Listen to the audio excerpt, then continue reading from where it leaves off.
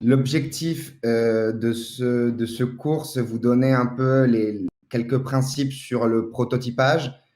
Du coup, je vais commencer par faire un petit clin d'œil à ce que Camille vous a expliqué concernant le design thinking ce matin. Et ensuite, je vais me focus vraiment sur la partie plus expérimentation, conception, prototypage.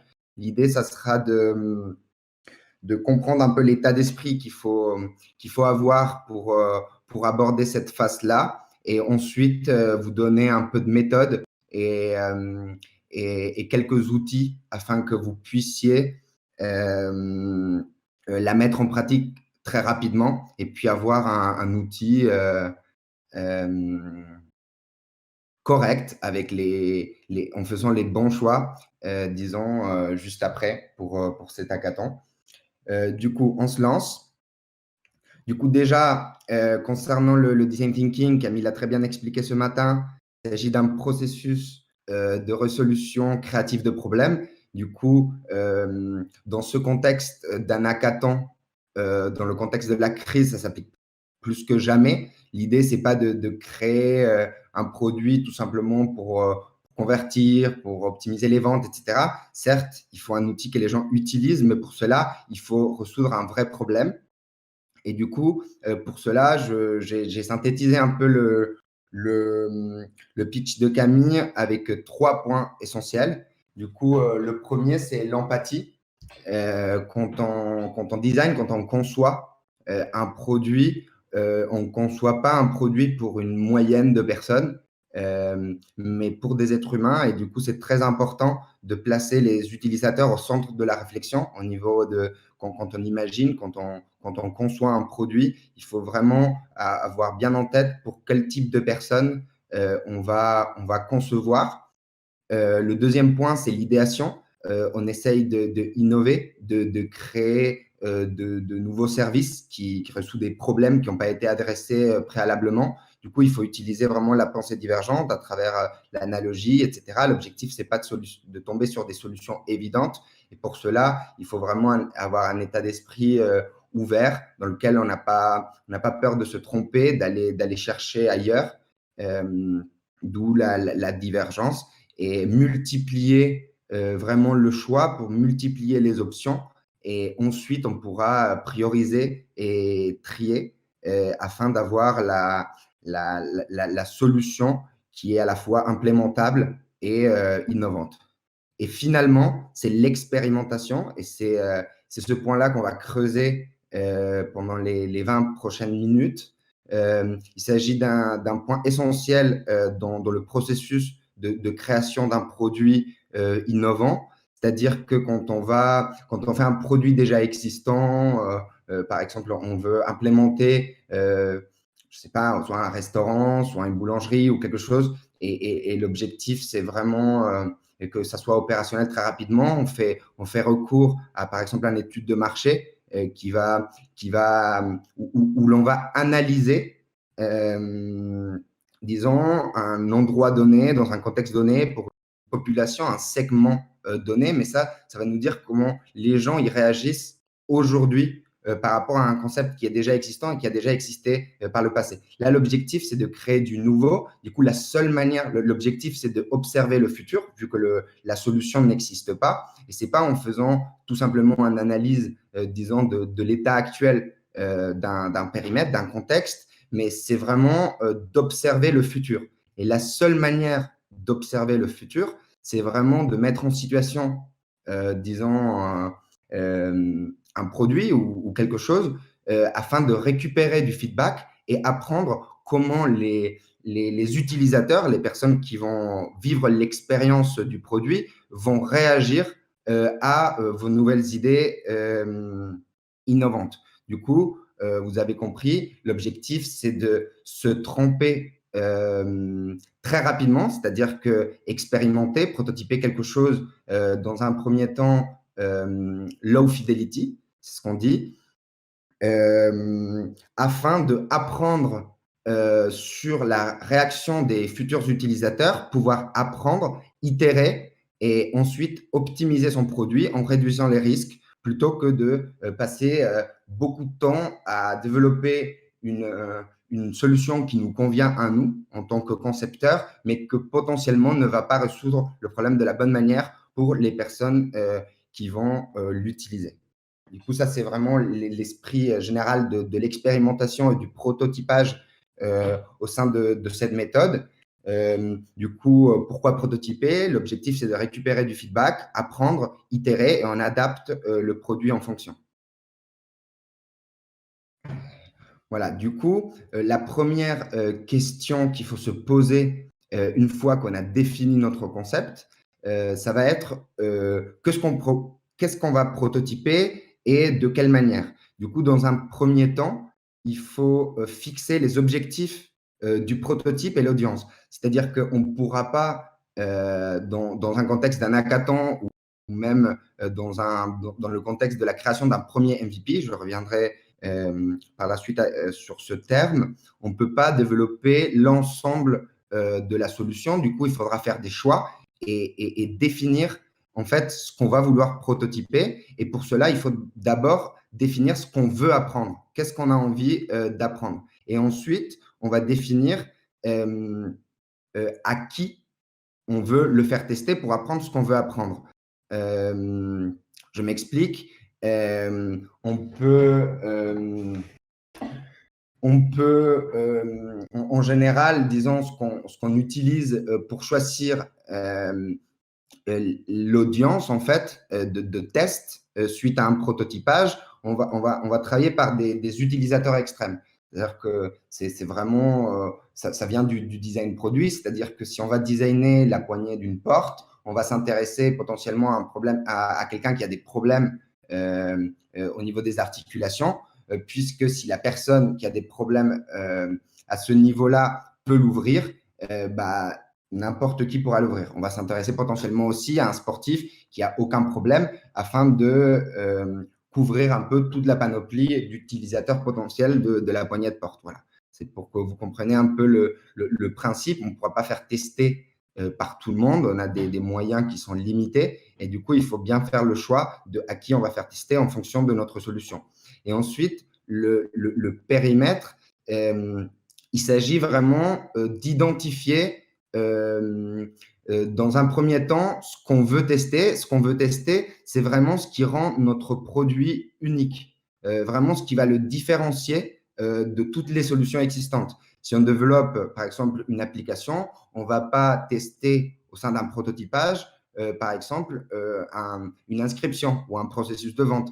Ça, c'est des parcours qui sont très bien définis par le e-commerce ou pour l'inscription. C'est quelque chose qui n'est pas essentiel à votre produit. C'est un moyen, mais ce n'est pas vraiment le fond de votre solution. Du coup, il faut comprendre, en fait, qu'est-ce qui va vraiment différencier votre produit du reste afin de savoir ce qu'on veut apprendre. Et ensuite, on va essayer d'identifier la meilleure manière de tester et de créer ce prototype. Il faudra faire, disons, une moyenne ou des compromis entre le temps que ça va nous prendre pour le prototyper et la meilleure et ce qu'on va apprendre de ce prototype qu'on a effectué. Du coup, on peut déjà identifier 4 types de prototypes possibles en fonction de la solution. Déjà, il y a les prototypes papier ou carton. En général, on commence par ça pour aller plus vite. Vous avez par exemple un exemple de maquette, la première maquette pour un Apple Watch, par exemple. On va pouvoir tester, par exemple, l'usage ou voilà, différentes applications du service afin de pouvoir prioriser et voir, disons, quelle fonctionnalité, par exemple, si on est en doute, on doit lancer en premier ou on doit passer plus de temps parce que ça a plus d'impact pour les utilisateurs. La deuxième, ça va être des prototypes numériques, du coup, du style écran filaire, wireframe ou des landing pages. Si on a, par exemple, envie de tester l'appétence utilisateur par rapport à la proposition de valeur, je reviendrai avec ce concept juste après. Il y a des prototypes narratifs. Il s'agit plutôt soit des vidéos, des storyboards, ça peut être même une pièce de théâtre afin de prototyper. Et on va faire ce choix quand il s'agit d'une solution qui est plus de l'ordre de l'expérientiel, c'est-à-dire qu'on va vendre une expérience, une expérience servicielle, par exemple, où il y a différentes étapes. On va mettre en place, disons, un récit afin de voir comment les utilisateurs vont réagir à ce récit, à ce scénario qu'on va poser, voilà, d'une manière un peu plus littéraire. Et finalement, il y a aussi des prototypes hybrides. Du coup, on peut passer entre le numérique, le physique, le narratif, en fonction du besoin. Du coup, l'idée, c'est maintenant de vous donner un peu de méthode avant de se lancer sur les outils et la manière de faire. C'est une méthode qui n'est pas du tout en contradiction avec la méthode plus large que Camille a expliqué ce matin du design thinking. L'idée, c'est vraiment de ne pas tomber sur des idées, disons, déjà existantes. Du coup, utiliser la pensée divergente, aller plus loin, etc. Là, on est plus dans une dynamique un peu plus pragmatique où on a déjà identifié le besoin et on va quand même passer par cette étape-là, mais l'objectif, c'est d'être méthodique et passer une étape après l'autre afin d'être sûr qu'il y a une cohérence entre toutes les briques de notre service. Du coup, on voit ces 5 étapes. La première, c'est le côté stratégique du produit. Du coup, on parle de stratégie produit. C'est déjà s'assurer qu'on répond à un vrai besoin utilisateur. Du coup, là, vous avez déjà fait, j'imagine, des interviews, des benchmarks, voir ce qui existe, etc. Du coup, objectif, est-ce que ce besoin existe déjà? Il y a différents outils, en fait, pour s'assurer qu'on répond à un vrai besoin. La deuxième, ça va être, est-ce qu'on répond à ce besoin de la bonne manière? Du coup, pour donner un exemple très simple, c'est imaginons, on est en hiver et il y a des personnes, une cible déterminée, qui ont froid. Du coup, on a déjà identifié qu'ils ont froid. Maintenant, il y a différentes manières de répondre à ce besoin primaire. On peut mettre du chauffage, mettre en place une veste, etc., etc. Du coup, l'objectif, c'est d'identifier toutes les manières possibles en termes, par exemple, de fonctionnalités dans le digital qui peuvent répondre à un besoin que lui, il est identifié. Et ensuite, on va prioriser les différentes fonctionnalités, les différentes manières de faire en fonction de son efficacité et de la difficulté de mise en place. C'est-à-dire que, imaginons si une fonctionnalité n'apporte pas beaucoup de valeur pour les utilisateurs et en plus, ça nécessite beaucoup de ressources en termes de temps, de développement, etc. On va la déprioriser, alors que si une solution disons, un grand impact et c'est facile à mettre en place, on va l'implémenter dans un premier temps et puis ensuite, on va aller modifier ou optimiser cette fonctionnalité avec un peu plus de temps pour optimiser, disons, la manière dont on va l'utiliser. Mais voilà, du coup, il s'agit de la priorisation des fonctionnalités et des réponses par rapport à des besoins. Le troisième, ça va être la structure. Du coup, est-ce qu'on répond, disons, aux besoins utilisateurs dans le bon ordre? C'est tout simplement une logique de cohérence par rapport au contexte. Du coup, on ne va pas, par exemple, juste pour donner un exemple un peu basique, mais on ne va pas demander de payer à quelqu'un avant qu'il ait choisi son produit, par exemple. Du coup, il faut vraiment définir les différentes étapes par ordre chronologique sur lesquelles on va mettre en place les différentes fonctionnalités. Du coup, on a identifié un backlog, c'est ce qu'on appelle, c'est une ressource où on va mettre toutes les fonctionnalités dont on a besoin pour créer une expérience qui est cohérente et qui répond aux besoins déterminés. Et ensuite, on va voir dans quel ordre, en fait, on va les mettre en place afin de créer une histoire, un storytelling qui fonctionne, voilà, et qui est intuitif. Ça, c'est la structure, en fait, de la solution. En quatrième point, on va s'intéresser au squelette. Du coup, là, on va parler plus d'ergonomie. Du coup, est-ce que, par exemple, dans le digital, les personnes comprennent chaque écran? Est-ce qu'il y a la bonne hiérarchie des informations? Est-ce qu'on s'adresse aux personnes de la bonne manière? Et finalement, c'est la surface, c'est ce avec quoi, en fait, l'utilisateur va vraiment interagir. Du coup, c'est là où on va penser plus aux couleurs, au côté plus intuitif du produit, aussi son image, ce qu'elle représente. etc., etc. Et voilà. Du coup, je vais rentrer un peu plus en détail sur chaque phase afin que… Coucou Thomas, je te vois dans les commentaires. Thomas qui va vous présenter demain plus, disons, les méthodes d'acquisition afin de trouver votre cible et bien tester. Et justement, et ça va faire appel, je pense, à ce que je vous explique aujourd'hui. C'est Thomas de Fit, un gros hacker. Du coup, vas-y, on se lance. Du coup, la stratégie, c'est lié à la phase d'observation que Camille vous a expliqué hier. Du coup, on va faire des interviews, on va définir des personas et on va voir en fait on va analyser quels sont les besoins de ces personas dans le contexte qu'on a défini d'étudier. Et du coup, une fois qu'on a compris en fait les différents besoins, on va s'intéresser aux fonctionnalités qu'on va mettre en place pour répondre à ces besoins. Du coup, on va faire des journey maps avec l'état actuel, comment aujourd'hui ces utilisateurs vont résoudre ce problème de manière un peu sans votre solution. Voilà, et on va identifier les fonctionnalités qu'on pourrait mettre en place afin de répondre à ce besoin. Voilà, une fois qu'on a un backlog avec la totalité des fonctionnalités, on va commencer à les prioriser en fonction de sa difficulté de mise en place et on va commencer à penser déjà, disons, à l'ordre dans lequel on va les mettre. Du coup, la recherche, ensuite on découvre, ensuite on réserve. Ça, c'est un exemple, bien sûr, de cette méthode qu'on peut mettre à cette place-là, à cette phase-là. Du coup, une fois qu'on a identifié la totalité des places, on va vraiment s'intéresser à… Et c'est là où on va commencer à penser expérience.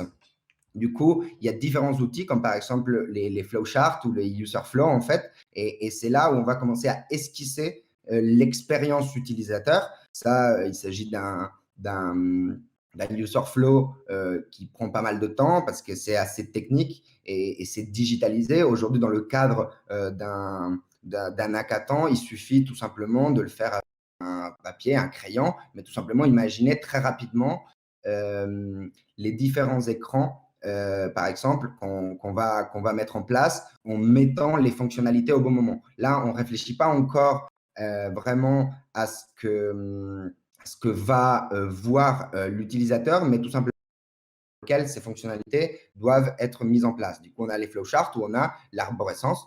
Voilà, du coup, on a vraiment les différents écrans avec les spécificités fonctionnelles de chaque écran. C'est plus un outil qui sert de repère aussi pendant la conception plus tard. Mais à ce niveau-là du prototypage, ça donne déjà une idée en fait de si on est dans le bon chemin ou pas.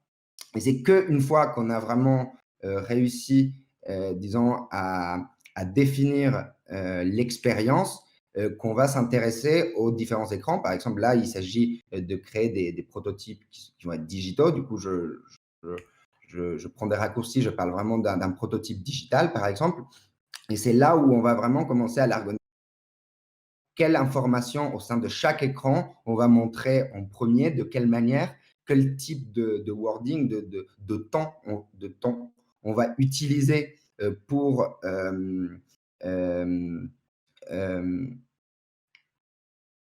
répondre, disons, aux besoins et voilà, du coup, il s'agit plus de hiérarchie d'informations et d'autres types de sujets. Et c'est à la fin qu'on va vraiment s'intéresser à l'aspect visuel, l'aspect plus sensoriel que l'utilisateur va ressentir en interagissant avec votre solution. Où là, c'est là où on va vraiment définir une charte avec certaines couleurs, des pictogrammes, un style de photo et autres pour être certain en fait que l'utilisateur va le comprendre de la bonne manière et va être inspiré par votre solution. On disait justement hier que la communication est très importante Aujourd'hui, là, il s'agit justement de communiquer pour qu'il n'y ait pas des quiproquos, que la personne comprenne très rapidement l'esprit, disons, de votre produit et s'il va se sentir identifié avec cette proposition, cette solution de service ou pas. Du coup, je vous donne des exemples. Voilà, à ce niveau-là. Du coup, pour finaliser l'explication de cette méthode, il s'agit vraiment de passer par ces 5 étapes d'une manière itérative. C'est-à-dire que on va passer par les 5 étapes une première fois de manière très rapide. Par exemple, des sketchs en prenant des décisions très rapidement avec du brainstorming, des post-it, etc. Et on va essayer de raccourcir au maximum les 5 étapes pour ensuite pouvoir tester ce prototype à la fin. Et ensuite, on va recommencer en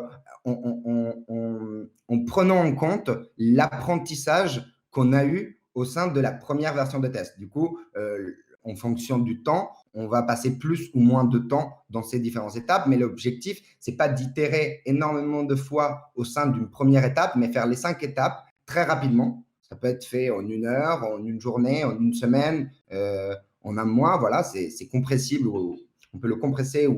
Voilà, je pense que vous avez compris. Et l'objectif, ça va être vraiment de itérer et améliorer la qualité de rendu en fonction de votre temps en prenant en compte l'apprentissage qu'on a eu au sein de l'itération préalable.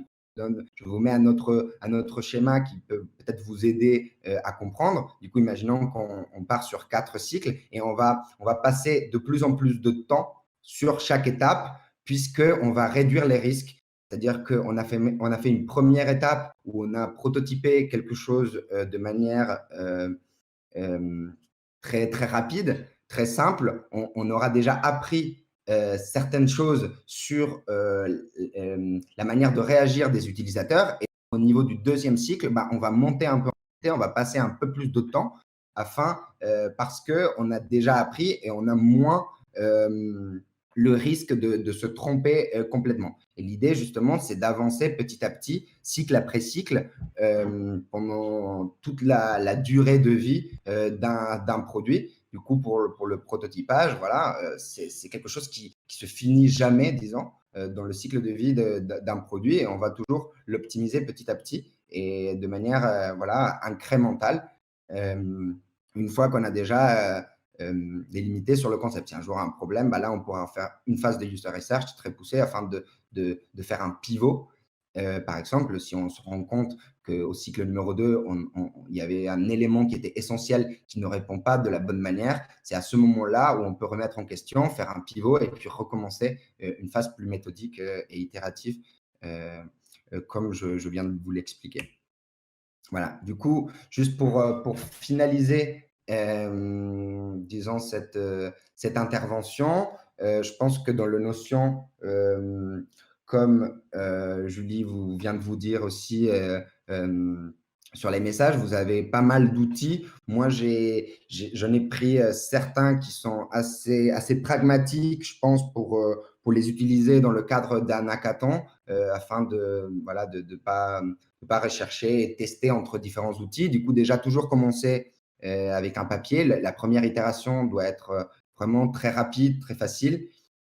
La deuxième étape pour, disons, les parcours utilisateurs, je vous conseille Whimsical. Vous pouvez utiliser une version gratuite et c'est très facile justement à créer une arborescence ou un parcours dans le digital, et c'est aussi une interface qui est collaborative. Du coup, vous pouvez travailler à plusieurs sur cette interface. Ensuite, il y a Figma, que c'est pour prototyper très rapidement une landing page, votre idée. Et il y a aussi l'avantage que cet outil qu'il est collaboratif. Du coup, vous pouvez travailler à plusieurs et ça fonctionne assez bien. Et ensuite, pour vraiment pouvoir le tester, là, il s'agit d'un produit qui est digital et on est tous à distance dans ce contexte. Du coup, il faudra pouvoir le tester avec des vrais utilisateurs, et c'est là où on va passer à des outils plus et je vous conseille du no-code, bien sûr. Comme ça, vous ne perdez pas du temps à concevoir un prototype ou un MVP qui va être qui va prendre du temps. Du coup, c'est Webflow ou Instapage. Du coup, je vais passer très rapidement sur les différents outils. Voici Whimsical, justement. Vous allez cliquer et très facilement, vous pouvez créer, disons, vous pouvez représenter les différentes spécificités fonctionnelles de votre produit dans l'ordre dans lequel ils doivent être mis en place. Une fois que vous avez ces documents, vous allez pouvoir passer vraiment sur Figma. C'est très simple, ça fonctionne comme PowerPoint ou Keynote ou autre. On crée des carrés, on met du fond et on dispose, disons, les différents éléments. On peut drag and drop des photos, etc. Du coup, vous n'allez pas normalement avoir de problème d'utilisation de ce produit. C'est une fois que vous avez déjà itéré, l'objectif, c'est de ne pas se lancer sur un Instapage ou dans un Webflow parce que c'est un outil qui prend quand même si très rapide, ça va quand même prendre un tout petit peu de temps à prendre en main et surtout à le modifier si vous vous êtes trompé. Du coup, vous pouvez faire plusieurs itérations, disons, sur Figma. Et une fois que vous avez, disons, au niveau du deuxième cycle ou troisième cycle, vous sentez que vous avez, disons, identifié la bonne proposition de valeur, les bons codes, etc. Là, vous pourrez passer, disons, à des solutions du type Webflow ou Instapage afin de toucher des vrais clients sur Internet, disons, et pouvoir vraiment avoir des données qui vont être encore, disons, plus riches que lors de vos premiers tests. Du coup, comment on fait tester? Quand on est au sein, là, il suffit tout simplement de créer un prototype interactif. Vous allez le voir, il y a un onglet prototype. Vous définissez, par exemple, imaginons un parcours avec 2 écrans ou 3 écrans et vous pouvez le partager à vos amis, à vos proches. L'objectif, c'est d'avoir vraiment avoir de l'apprentissage à un premier niveau et pas perdre trop de temps à chercher vraiment la cible exacte. À ce moment-là, vous pouvez vraiment le tester avec vos proches. Et une fois que vous sentez que vous avez une solution, là, vous pourriez potentiellement le diffuser et le proposer, disons, à une cible qui, elle va être inconnue, qui va sortir un peu de votre cercle proche. Et là, vous aurez des informations qui sont encore plus riches et plus importantes afin d'être sûr qu'il y a une vraie appétence sur votre produit. Voilà. Du coup, voici mon intervention et je propose qu'on passe aux questions de réponse sur cette solution. Du coup, j'attends vos questions.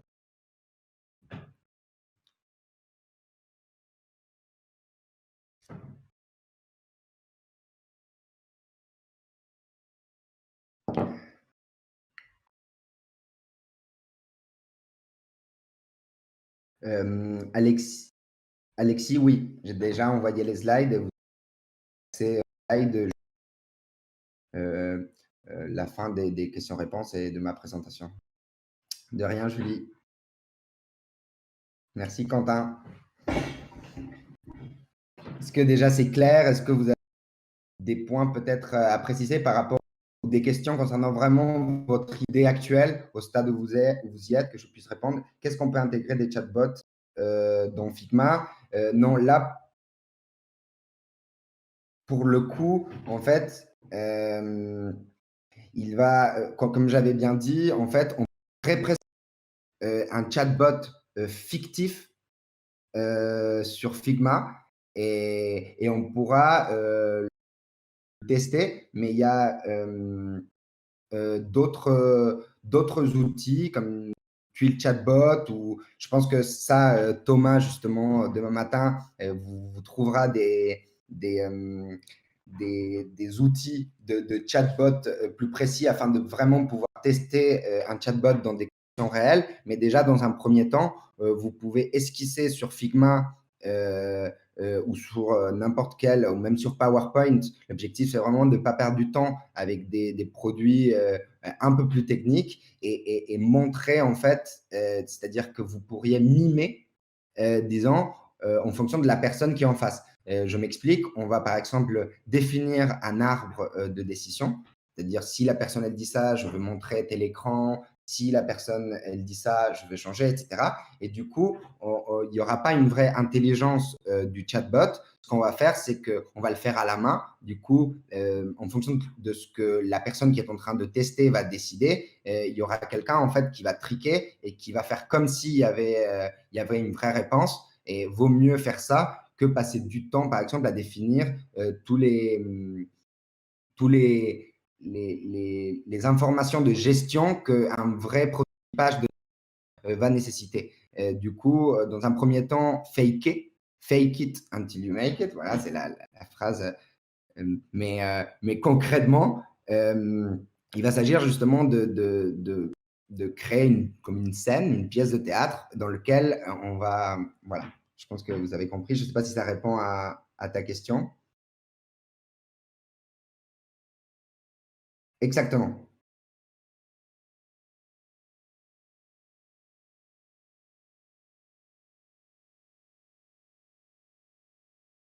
On souhaite prototyper une plateforme qui agrée tutos explicatifs des outils pour faciliter l'organisation de l'enseignement. Comment nous conseilles-tu de procéder?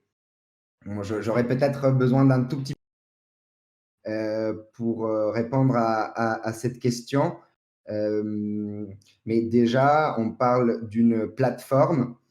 Du coup, vous n'allez pas pouvoir, disons, prototyper une plateforme dans des outils de type Webflow ou Instapage. Du coup, vous allez devoir faire un test, disons, en deux parties, séparer la proposition de valeur et le produit en tant que tel. Du coup, c'est sur Figma potentiellement que vous allez dessiner ou esquisser les fonctionnalités principales de la plateforme. Du coup, je vous conseille, pour une question de temps, de s'inspirer des différentes plateformes qui agrègent différents outils actuels et vous allez vous inspirer, enfin, une première idée, et vous allez créer un prototype, disons, numérique où vous allez pouvoir tester justement l'usabilité de votre plateforme. Ça, c'est d'un côté, vous allez rester aujourd'hui au niveau du Figma et ça suffit. Vous n'allez pas pouvoir vraiment mettre en place des vraies fonctionnalités codées qui font appel avec des vraies informations. Du coup, tout va être de la scénarisation afin de montrer en fait que vous avez la bonne expérience. Ça, c'est concernant vraiment les fonctionnalités et la manière dont vous les abordez. Et d'un autre côté, vous allez pouvoir tester la proposition de valeur et c'est ce sur quoi Thomas de Feeds va parler juste après. C'est-à-dire que vous allez pouvoir présenter les différentes fonctionnalités, les présentations et vous allez pouvoir analyser, disons, l'appétence en fait, des personnes à utiliser ce type d'interface. Vous allez la présenter et en fonction de ce que la personne va faire dans le Webflow ou l'Instapage, vous allez savoir en fait si vous êtes dans la bonne piste ou pas. Ça, c'est ce que vous allez pouvoir tester sur Instapage ou sur Webflow en faisant une landing page. C'est-à-dire que c'est un site vitrine de présentation dans lequel vous allez présenter le produit. Par exemple, vous mettez « Êtes-vous intéressé ?» Si la personne clique « Oui », ça veut dire qu'il y a une appétence à cette proposition, à l'idée que vous avez eue. Ça, c'est le prototypage dans un premier temps. Et ensuite, c'est sur Figma, je me répète un peu, mais pour que ce soit clair, que vous allez pouvoir vraiment esquisser la plateforme en tant que telle. Et c'est là où vous allez comprendre si vous répondez de la bonne manière en utilisant le code en termes d'ergonomie, de visuel.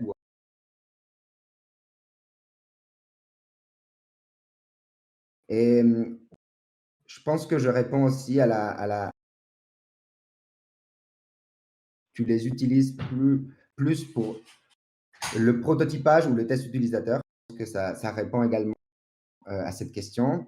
Est-ce que sur Figma, on peut faire un quiz selon les résultats où on lui donne des consignes spécifiques? Non, en effet, il faut lui donner des consignes spécifiques.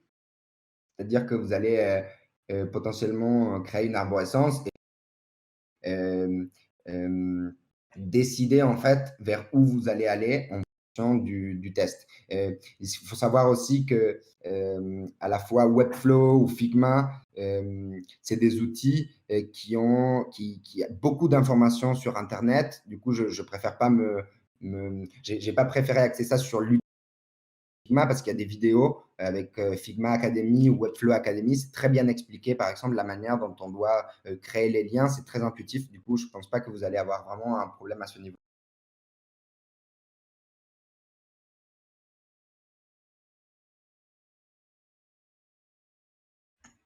Est-ce que quelqu'un a d'autres questions? Ou j'ai pas répondu correctement à une, vous pouvez passer. Et parfait. Et du coup, les tutos sont dans le Notion, du coup, il y a pas de problème. Merci Julie. Je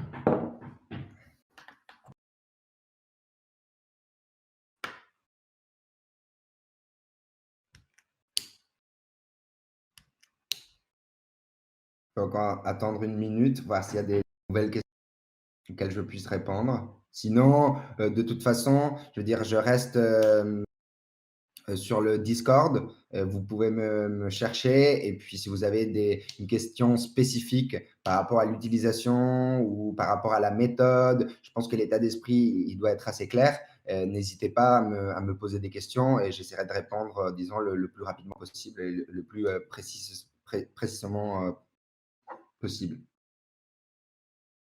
Merci Sofiane aussi. Certains outils prennent quand même du temps à maîtriser.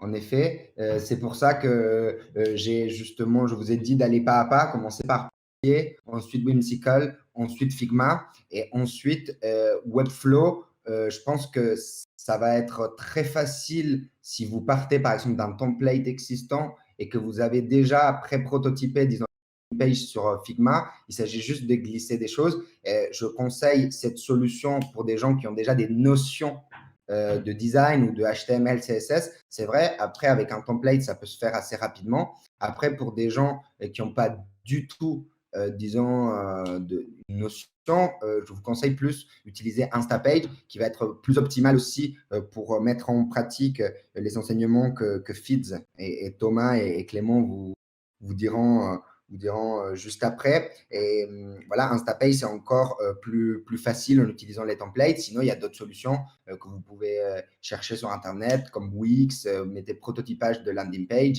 et il y a tout un tas d'utilisations, d'outils possibles, plus ou moins intuitifs.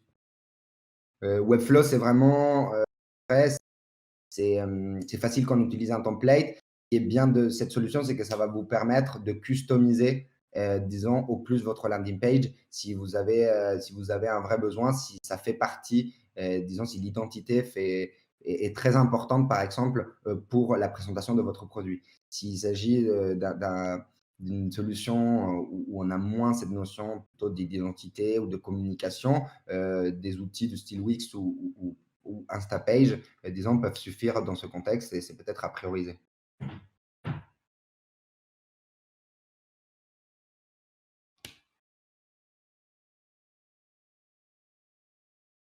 Que penses-tu de Bubble? Bah, sincèrement, je ne connais pas Bubble. On va regarder rapidement ce que c'est. One Fan App for all your communication and social needs. Sincèrement, j'ai pas envie de vous pouvez potentiellement voir un tuto sur YouTube et voir si justement vous êtes dans la capacité d'utiliser très rapidement cet outil. Merci.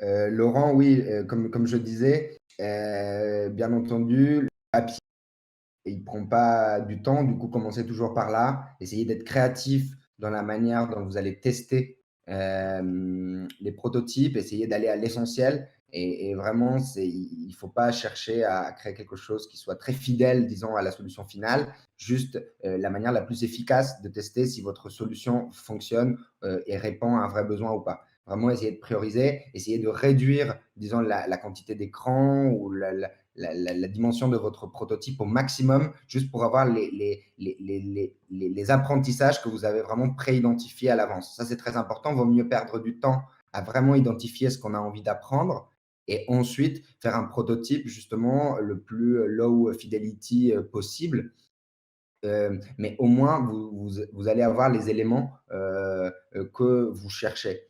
C'est vraiment le principe même du prototype. Du coup, passer plus de temps à définir, disons le périmètre, le contexte, du prototype qu'à le prototypant en tant que tel. Et ensuite, aller de manière incrémentale en optimisant la qualité de votre prototype. Commencer par papier, ensuite Whimsical, c'est très facile et très rapide pour créer des arborescences ou même des wireframes. Ça va très rapide. Ensuite, potentiellement Figma, si vous voulez vraiment rajouter une couche de couleurs, des images ou autre. Et ensuite, disons, Instapage. Instapage aussi, c'est quelque chose que vous pouvez tester de manière parallèle, c'est-à-dire que dès la phase d'observation, c'est très rapide. Du coup, avant même de commencer sur le produit, dans le cas d'une plateforme, ça vaut vraiment le coup, disons, de faire une vraie arborescence pour poser vraiment, disons, le fonctionnement de la plateforme et pouvoir vraiment soi-même s'en rendre compte, disons, de tous les aléas possibles et du fonctionnement global de la plateforme. Et ça va vous aider aussi à mieux la présenter. Mais c'est vrai qu'en termes, pour tester tout simplement pas le fonctionnement de votre produit, mais la proposition de valeur, vous pouvez aussi faire en parallèle, utiliser par exemple Instapage afin de créer une landing page qui va non tester votre produit, mais présenter votre produit et vous pourriez déjà tester l'appétence sans forcément, disons, définir concrètement le fonctionnement de la plateforme. Non, je ne connais pas Prot.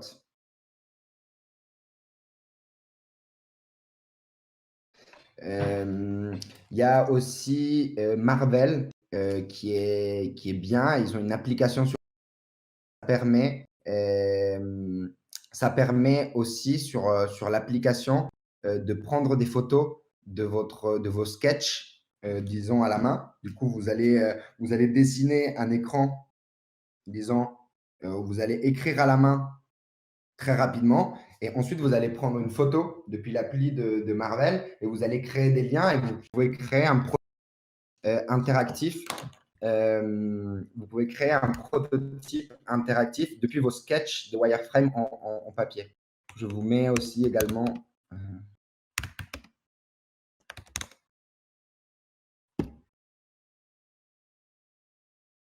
je vous mettrai un lien pour télécharger. Je vous fais déjà un screenshot.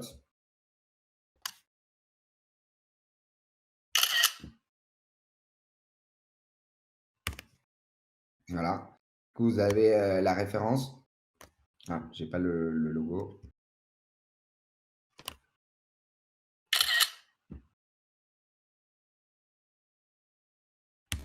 Voilà, voici le logo de Marvel. C'est ça que avoir un premier, disons, prototype interactif de vos screens que vous avez sketchés vraiment à la main. C'est vrai que c'est un outil pratique.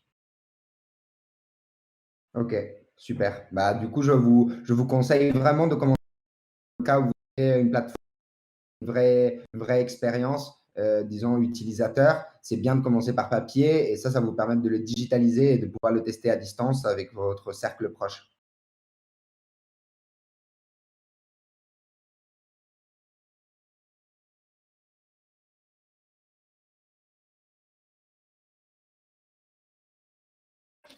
Je vais regarder prod.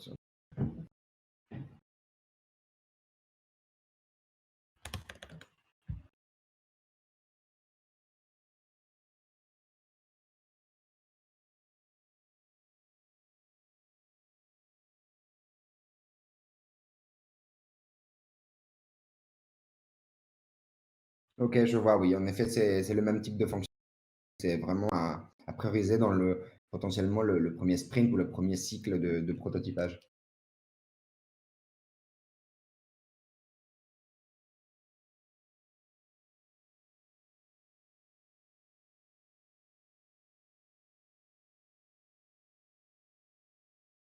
Ok. On a déjà un peu dépassé. 30 secondes pour la dernière question, s'il y en a. Et sinon, comme je vous l'ai dit, je reste disponible sur Discord pour répondre à vos questions.